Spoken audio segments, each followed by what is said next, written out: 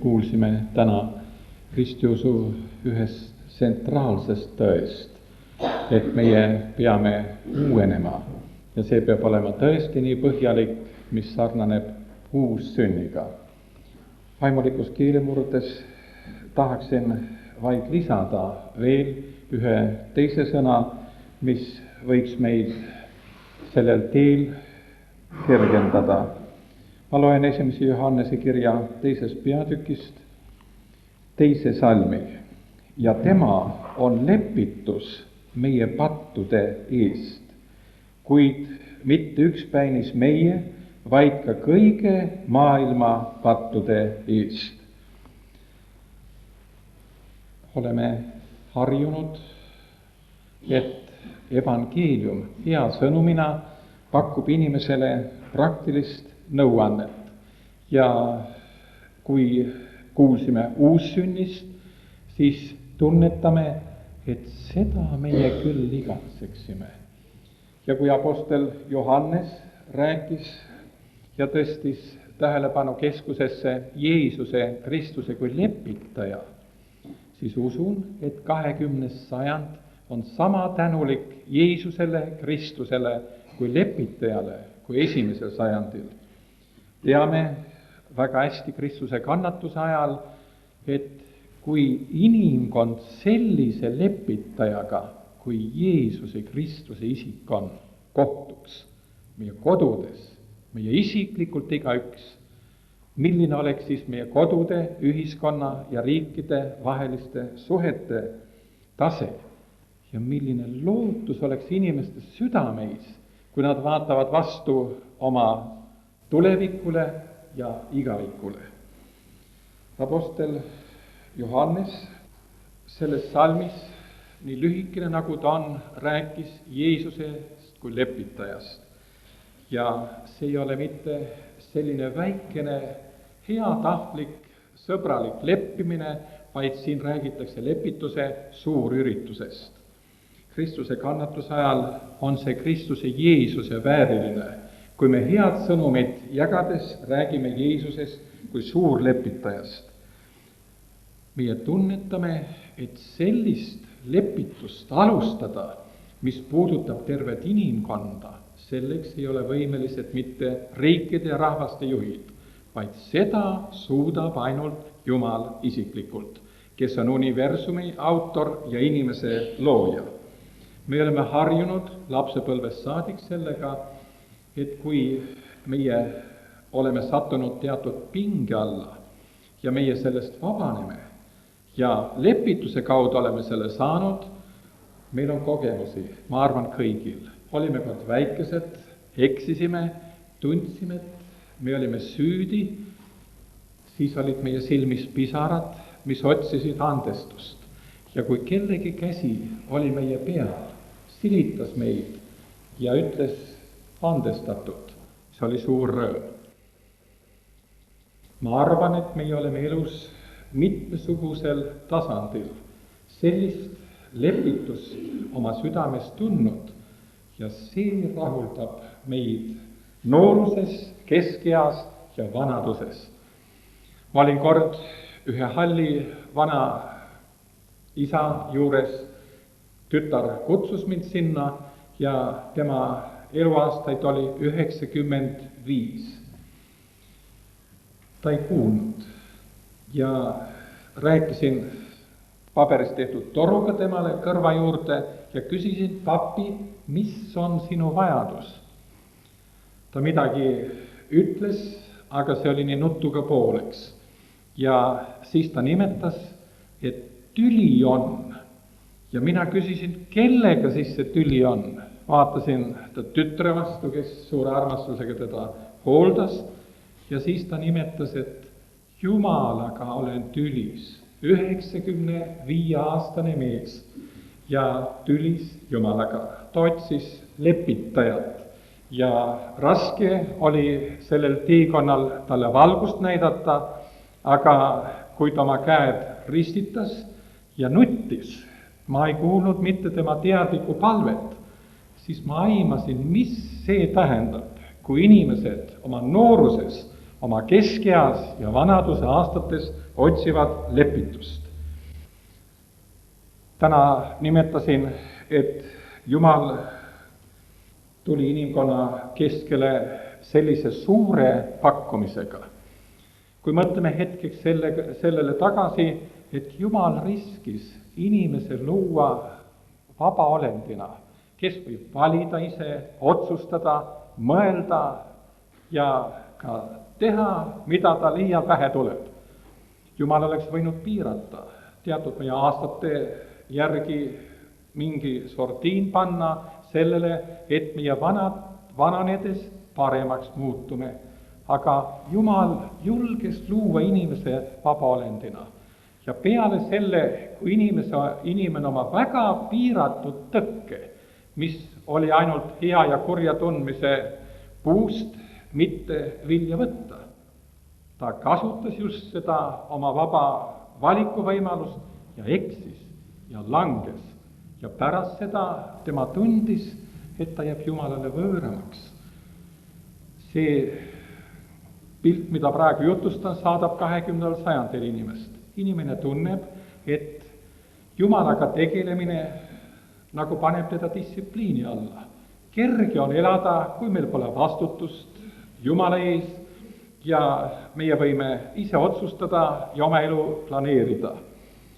Paljud inimesed on mitte teadlikud, vaid Jumalat unustates nagu sisse mässitud eluprobleemidesse ja nad tunnevad, kes mind päästaks. Kõigist sellest olen inimestega, oma suhted mõnevõrra on halvenenud ja otsin põhjust, kes on siis tõeline süüdlane selles. Täna tahaksin öelda, kui räägin Jeesusest kui suurest lepitajast, suurimast lepitajast, et süüdi on ainult vastuhakkamine, põgenemine ja Jumala eest taandumine. On see, mis viib meid vanaduse ja surma ja kurjuse poole. Apostel Johannes noore mehena tundis seda oma südames, et patu langemisest peale kõik generatsioonid nagu kogevad oma südames, et midagi trotsib meis ja me hoiame ikka halva poole enam kui hea poole. Ja selle tõttu juba nooruses nad läksid kuulema head sõnumid. Ristija Johannes jutustas ja ühel päeval nad kuulsid, et Jeesus tuleb. Ja näidati, vaata, see on Jumala tall, kes võtab ära maailma patud. Noored mehed tulid Jeesuse juurde, nad kõnelesid temaga. Ja nendest said sellised mehed, kes oma maailmavaate põhjalikult muutsid. Nad tundsid, et Jeesusel oli öelda neile just seda, mida nad vajasid. Ja neid lepitati Jumalaga, Jeesusega ka sellel ajal. Lepituse suur üritust alustas siis Jumal. Olen vahel mõelnud, et kristlik religioon teiste usundite keskel erineb selle poolest põhjalikult, et mitmed usundid kirjutavad inimesele ette, tee seda, tee teisiti. Siis sina saad kergenduse, väljavaate ja lahenduse oma elul olevikus ja ka igavikus. Kristlik religioon tuleb ja räägib meile, et Jumal tuli otsima neid, kes olid temaga oma vahekorrad kaotanud, kes olid tülli temaga läinud selle vana papi keeles ja tuli oma kätt pakkuma neile lepituseks. See on nüüd kristliku religiooni erinevus, et Jeesuse Kristuse kaudu tuldi otsima neid, kes olid tülis Jumalaga, kes olid temast eemale läinud, kes olid temale kadunud. Jumalal oleks olnud mitmeid võimalusi, kui mõtleme sellele, et Jumal on kõikvõimas. Ja Jumal on armastus. Kas mõni hea isa ja ema pole meile tuntud lapsepõlvest? Ja kas see oleks lahendus olnud, kui kõik, mis siial meie oma lapsepõlves tegime, kurja, isa ema armastus oleks nii suur olnud, et pojake ja tütrekene, peaasi, et sa oled tubli, ma hoolitsen sinu eest. Nii ei või meie pedagoogidele ega kodudesse nõu anda. Ja Jumalal oli täpselt samamoodi võimalus valida. Ta oleks võinud tõesti inimese patud andeks anda, ilma et keegi seda ei tarvitse isegi oma südames vaevana tunda. Mis siis oleks juhtunud? Siis oleks taevas muutunud ka põrguks, sest kui uuendamatu inimesed vastu lähevad oma tulevikule ja igavikule ja Jumal kõik andestab, see oleks kohutav. Ja selle tõttu Jumal valis teise tee. Jumal oleks võinud dekreediga välja anda. Sellest kuupäevast on patt kustutatud. Jumal ei võinud seda teha, sest patu tagajärjed sajandite vältel ümbritsesid inimesi ja inimesed tundsid, et midagi nende vanas loomuses esivanemate kaudu, päris patu kaudu tuletab neile meelde, et midagi häirib, midagi segab ja need mõjud on väga halvad. Ja Jumal kasutas kolmat teed. Jumal saatis ohvri, sest patt nõudis karistust ja surma. Ja nii nagu Vanas Testamendis oleme kindlasti lugenud ja kuulnud, et andestust ei tulnud mitte ilma ohvrita. Ja Vana Testamendi ajal teame, et inimene oma ohvri looma või linnukest tuues, kui tema veri sai valatud, siis oli temale see hetkeline kergendus. Aga Jumala plaanis oli midagi suuremat ja üllamat Jeesuse Kristuse kaudu. Usun, et see nii lihtne sõnum, et meie võime mõelda Jeesusele kui suurlepitajale, on meie südamele kallis Kristuse kannatuse ajal. Ja ärgu jäägu Jeesus meie vaateväljas ja ususilmas mitte väiksemaks kui suur lepitajaks, kes ka meid võib lepitada. Nagu nimetasin, et selle lepituse suure ürituse teostamine usaldati nüüd Jeesusele Kristusele. Temal oli selleks volitused. Apostel Paulus kirjutab, tema on Kristuse, kes ei teadnud ühestki patust meie eest teinud pattu ohvriks, et meid lepitada. Seda alustas Jumal ja selle tõttu meie laulame jõuluajal Jeesusest, Kristusest kui hällilapsest, oma mälestusis ajaloolisest Jeesusest, kes tuli inimkonna päästjana. Golgata ristile mõeldes meie harduses mõtleme sellele, et Jumal, kes oli loomisplaani alusel inimesele andnud väärika koha, et inimene vaba olendina õnnelikult patuta võib elada Jumalaga osaduses. Et Jumal nüüd veel üritas Jeesuse Kristuse kaudu suurimat imet, et inimesed võiksid uuenduda ja lepitatud saada Jumalaga. Golgatal oli Jeesuse Kristuse rist. See oli võllas, mis kuulus kurjategijatele ja Jeesus Kristus on ristil. Ja tema on määratud inimkonna eksimuste ja pattude lunastuseks. Ja kui ta tõi täieliku ohvri, nagu piiblis on nimetatud, siis selle Jeesuse Kristuse ohvri surma kaudu on meil lepituse tee avatud. See tähendab, et meie kui süüdlased, meie süü on karistatud Jeesuse Kristuse kaudu, aga meie süü alused võime olla vabad ja meid võib Jumala arm uuendada ja meie võime elada ja meil on väljavaade Jeesuse Kristuse lunastuse töö kaudu.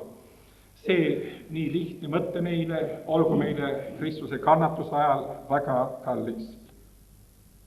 Mäletan kord noore poisina, kui kuulsin seda noorte tunnistajate huulit, et lepitus on Jeesuse Kristuse kaudu ja meie võime seda lihtsalt aksepteerida. Midagi ei oodata meilt peale selle, et me usaldame Jeesuse Kristuse lepituse alust, tema ohvri surma.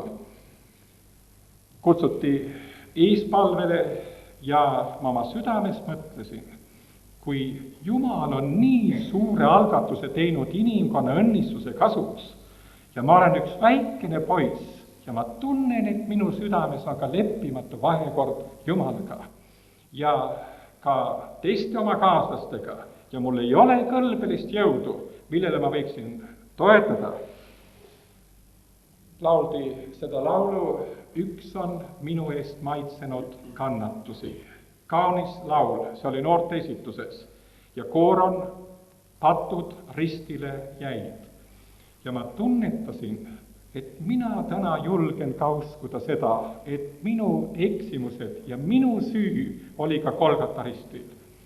Ma põlvitasin koos teistega ja palve ajal ma palusin Jeesus Kristust kui oma isiklikku lepitajat. Ma olin sellel piiril, kus tüli oli veel minu südames. Ma olin unustanud Jumalaga, olin elanud mitte nii, nagu Jumala sõna ette näeb. Ja ma sain arvama südamesse, et ma suutsin uskuda sel hetkel. Ja teate, armsad sõbrad, milline lahendus tuli Jumala poolt. Suur lepitus tabas ka minu südant. Ma mäletan sellel õhtul, et peale mitmekordset palvet ma nagu ei suutnud harjuda, et see nii lihtsalt on vastu võetav. Kogesin, et ma olen lepitatud. Täna, kui tulin Kalju Palvela poole, mõtlesin nende pikkade aastakümnete vältel, mis on üle 40, olen ma mõnikord olnud väga õnnelik oma issandas ja Jumala riigi töös ka rõõmu tundnud. Mõnikord on olnud kurbi päivi ja viimane usuraas on olnud proovil mu elus. On olnud õnne, aga olen seisnud ka surmaga väga lähedal. Ja alati olen tundnud, kui rõõm on selles, et ma olen lepitatud Jumalaga. Selle tõttu võin täna teile seda ka jagada ja nagu Jumala sõnas on öeldud, et see ei ole mitte ainult meie kogemus, vaid see on kõige maailmale kuuluv õnnistus. Seda oleme täna edasi andnud üksteisele ja täname, et see lepituse suurus on niivõrd täiuslik, et sinna mahuvad kõik. Golgata ristil Jeesuse kõrval oli röövel, ühiskonnast välja tõugatud inimene ja tema palus ka oma palve. Ma arvan, et ta ei oodanud, et temasugune röövel võiks saada armu ja sellise Jeesuse sõna osaliseks, nagu ta sai, aga ta tundis, et ma olen üks vastuhakkaja Jumalal olnud, aga mu valud ja piinad on nii suured, et ma pöördun tema poole, mõtle minule. Ja ka sellele röövlile oli taeva tee ja paradiisi tee, nagu Jeesus huulit seda kuuleme, täna pead sa olema minuga paradiisis. Oleme mitu korda hämmastunud, et see lepituse suurus on tõesti suur. Sinna tulevad inimesed, kes on väga hästi elanud. Korduvalt olen põlvitanud inimeste kõrval, kes on eeskujulikult elanud oma perekonnas, suguvõsas, töö juures, autahvlil ja hinnatud inimesed. Ja ta ütleb, minu südames on see igatsus, et ma tahaksin saada Jumalaga lepitatud. Mul tuleb meelde see öösel, kuni ära läheb ja ma mõtlen sellele. Sama tee, me läheme Jumala sõna alusel ja näitame, et igaüks, kes issandame appi hüüab, see päästetakse. Ja peale seda lihtsat palvet me tunneme, et lepituse arm on meie südames. Aga tuleb inimene, kes on trotsides elanud, kes on teinud kõiki halba, nagu nimetasin, Jeesuse kaaslasest Golgata ristil. Temale sama andestus, tõesti suur lepitus. Ja sellepärast oleme Jumalale tänulikud. Ja see lihtsus, nagu nimetasin, on samuti võrratu meile meenutada, et meie võime usaldada Jeesuse Kristuse lunastuse tööd ja seda lihtsalt vastu võtta. Sõna lepitus tähendab väljavahetamine või ümbervahetamine. Midagi, mis on nii rikki läinud, nagu mõni vana masin või mehhanismi osa, temaga pole midagi enam teha. See vahetatakse välja. Ja see on tõesti see uuendus, millest täna meile ka räägiti. Ja me tunnetame, et meil on sõprus ja osadus oma issanda ja õnnistegijaga. Olen rääkinud täna teile Jeesusest kui suurlepitajast ja lõpetuseks nimetan vaid veel, et see suurüritus vajab ka kaastöölisi. Apostel Johannes oli üks nendest, kes oma nooruspäevadest saadik oli kaastööline. Ja kui ta masendatud muljega läks suurreedel koos teistega oma teed, küsimused hinges, mida nüüd ette võtta, siis ta peatselt nägi, et Jeesus Kristus, see oli Jumala eriplaan. Ta läks lepitajana kogu inimkonna pattude eest ja ohvritallena. Ja üsna peatselt saabus nelipühapäev ja Jeesuse järglaste pere kopteeriti lepituse ametisse. Nad olid käsud Kristuse asemel. Armsad palvetajad, täna õhtul tahaksin Kristuse kannatuse ajal teile selle meelde jätta, et meil ei ole mitte väiksemat eesõigust, kui oli apostlitel. Sina oled lepituse üritusest kaastööline. Ja kui sa tead mõnda inimest, keda sina võiksid juhtida suurele lepitajale lähemale, siis tee seda suure rõõmuga. Tee seda selles teadmises, et ma olen Jeesusega samas ametis ja mina tahan, et tema võiks saada ka vaba südamega. Mäletan hiljuti, see oli aasta lõpul, Olevestes oli üks uskliku ema tütar teiste palvetajate hulgas. Ja ta ütles, mul on meeles pärast, kui ta oma otsus oli teinud, kuidas ema tuli koosolekult koju ja tal oli nagu mitmekordne armastus südames, ta oli nii leplik ja meie kasutasime väikselt seda ka ära. Mõnigi asi, mida me ei suutnud, siis kui ema oli ära, me teadsime, et ta tuleb väga heana koju ja me kasutasime seda ka kurjasti, aga ta ikka jagas ka meile midagi, mis oli tema südamel, kui ta mõtles oma perele ja pere kõige suuremale õnnistusele.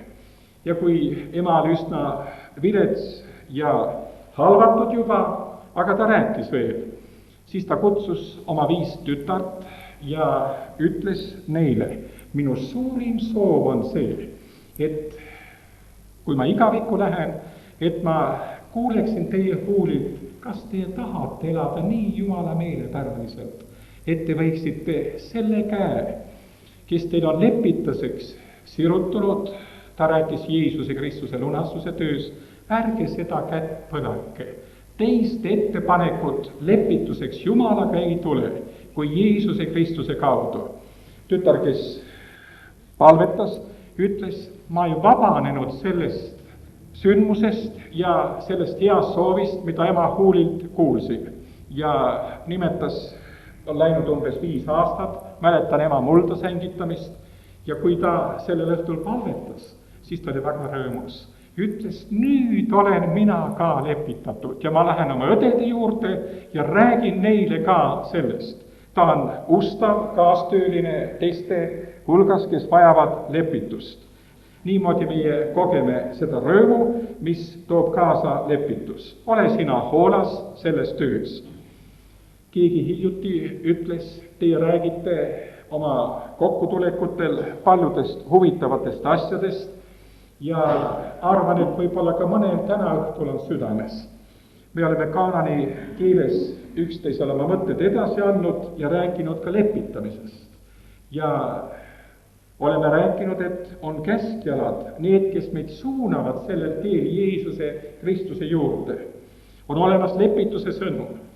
Kui keegi peaks olema meie keskel, kellele kunagi ei ole keegi usklik tuttav, ei siin oma perekonna liige, seda öelnud, et sina võid oma vahekorda Jumalaga parandada, nii, et sa võid selle käe Jeesuse Kristuse kaudu vastu võtta, mis lepituseks on sinu poole sirutatud, siis täna tahaksin olla see käskjal, kes sulle ütleb, korralda oma vahekord Jumalaga Kristuse kannatuse ajal, lepi temaga ära, ta on siiski kõik võimas, Jumala poeg, Jeesus Kristus, ja ta on ainus päästja antud inimkonnale. Kui sa seda teed, koged ka isiklikult, et see on tõesti suur arv, kui me lepitust oma südamesse vastu võtame. Tore on tõsta oma silmad tähistaeva poole ja tunda, me oleme lepitatud Jumalaga, kes elab oma igaveseks aus. Kui me mõtleme oma tulevikule ja igavikule, kord maised rännakud lõppevad. Mõnikord on südames olnud see tunne, et ühe ja teise inimesega on ka vahekord pahuksis olnud ja me ei ole teist lahendust leidnud, kui oleme sõbra käe edasi andnud ja öelnud, et lepime lihtsalt ära. Kõik need on head asjad, aga kui meil puudub see osa, et me oleme lepitatud Jumalaga, siis oleme küll ühe suure lepituse oma elus veel üle elamata. Kutsun täna õhtul, et me võiksime seda kogeda, et me võiksime seda täna teha, meil on talvevõimalus. Mäletan paljud inimesi, kes on oma päivi, oma noorusaastaid, keskiga ja nagu nimetasin ka vanaduse päevini elanud, et me oleme lepitamata Jumalaga. Aga Jumala käes on meie elupäevade mõõt. Täna oleme Kalju palvelas õhtusel koosolekul. Kui sa tunned, et Jumala vaim on kõnelenud ka sinule, et Jeesuse Kristuse kaudu on võimalik uuenemise teele minna ja see sündmus täna õhtul vastu võtta, lepitust temaga kogeda, tee seda. Kui püha vaim sulle märku on andnud, ära tee oma südant mitte kõvaks. Aamen.